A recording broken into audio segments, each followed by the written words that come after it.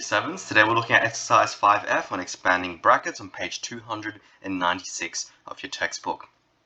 Now, we've worked with brackets in the past, particularly when it comes to things like BODMAS and BIDMAS, and hopefully you guys are quite familiar with the idea that brackets means we do them first. However, sometimes we don't really like using brackets, and so we want to try and write out our expression without those brackets. So what we can do is do something called expansion or expanding brackets. And in the first line, you can see my definition of what that is.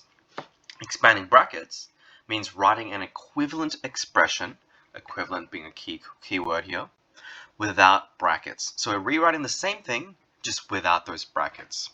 Now, if I'm going to go ahead and try and explain this using a visual explanation, we've got this over here where we've got write two equivalent expressions for the area of each rectangle shown, only one of which includes brackets. So you'll see that area of a rectangle, we haven't done that this year yet, but you might remember from previous years that the area of a rectangle, and I'm going to go ahead and write that over here, area equals the length times width, just like with any square. So let's keep that in mind. So for A over here, if we're trying to find the area, what I can do is I can actually say, all right, let's say that this whole length here is just going to be 5 plus x. That's all I've done. I've just added those two lengths together so we get the whole length there. And to get the area, I can say, well, area equals 2 times by that 5 plus x.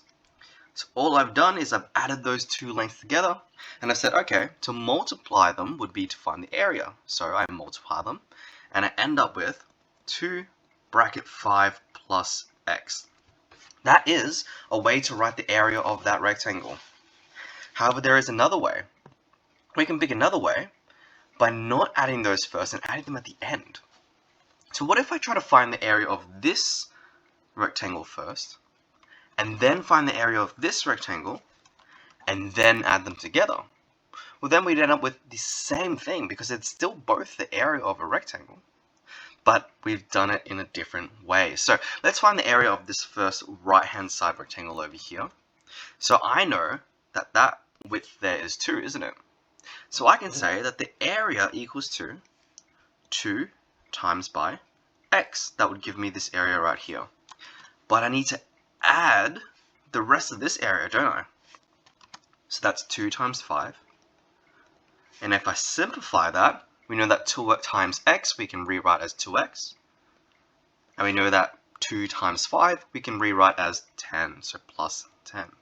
So these two right here are equivalent expressions. They're the same thing. They both mean the area of this rectangle that we've just calculated, but we've just done it in different ways, one with a bracket and one without. Now, I'm not going to go through this second question. You're more than welcome to go through it yourself, and I'll give you the answer in exactly 2 seconds.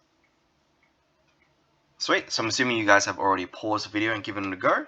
So for this one, we can calculate the area as either 12 times a plus 3, a plus 3, there we go, or area equals to 12a plus 12 times 3, which is 36. Awesome. Let's continue on to something we call the distributive law. Now, the distributive law is just a really fancy way of just saying that everything inside the bracket is affected by whatever's in front of the bracket. So the actual definition of it is that the distributive law means that every term inside the brackets must be multiplied by the term outside the brackets. And I've got the general formula written out over here just in case you want to double check that. So on the right hand side we can see, okay, if I've got a at the front, now we know that if there's no symbol in between the a and the bracket, it's a times, don't we? So I can say a times by b, and that will give us our first term. But we also need times a and c, and we add them together to get ac. Now the same thing applies if we've got a negative, and we'll get into that in a moment, but the same formula applies. Let's put it into practice.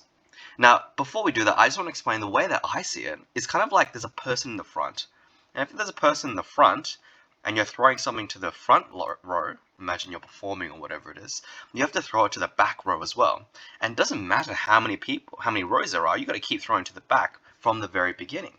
So just keep that in mind as we move forward. So for A, over here, we've got 5 bracket x plus 3. So we have 5 times x, that's the first two, isn't it? So we say 5 times x, and then we're not done yet, we also have to multiply these two terms here. So 5 times by positive 3, which gives us 15. But I'll write that in a moment. So 5 times by 3. Awesome. Simplifying that means we end up with 5x plus 15. So that is an equivalent expression. It means the same thing, but it's just written without the brackets because we've expanded the brackets. Awesome. Let's give B a go. And I'll write this on the left-hand side here so we have a bit of space. There we go. So I have 8 bracket A minus 4. That's the question. I'm going to go ahead and multiply the first two. So 8 times A. And then I multiply the two terms over here. So 8 times by, now it's not a positive 4 now, is it? It's a negative 4. So times by negative 4 over there.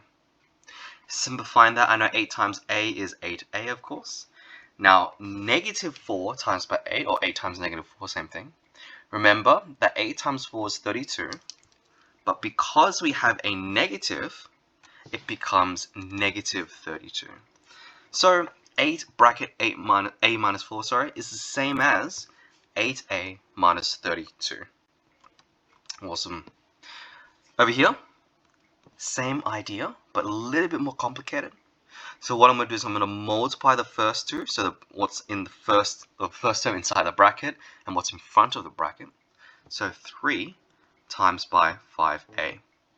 Then I add the multiplication of the first term, sorry, not the first term, the second term, multiplied by whatever's in front of the bracket. So 3 times by positive 2, which simplifies to give me 3 times 5a over there. That one is 15a. And then obviously 3 times 2 gives me 6. Final example, a very difficult one, but final example. We've got 5a bracket 3p minus 7q. So I'm going to go ahead and multiply whatever's in the first one, or in front of the bracket, multiplied by the first term. So I get 5a times by 3p, and then I multiply these two. So I multiply whatever's in front of the bracket by whatever's in the second term, which gives me plus 5a times by, and then don't forget about the negative, so we end up with negative 7q. Simplifying, now this is going to be taken from exercise 5F, so 5e. So 5a times 3p, we multiply the coefficients first, so we just end up with ap. And then we multiply the coefficients, so 5 times 3, which is 15. And then I've got over here, I do the same thing, so I multiply the coefficients, so not the coefficients, the pronumerals, aq, and then I multiply the coefficients. So 5 times by negative 7, I know that 5 times 7 is 35, but I've also got the negative in the front, so it's negative 35. And that's it. These are equivalent expressions, but all we've done is we've gotten rid of the bracket by expanding.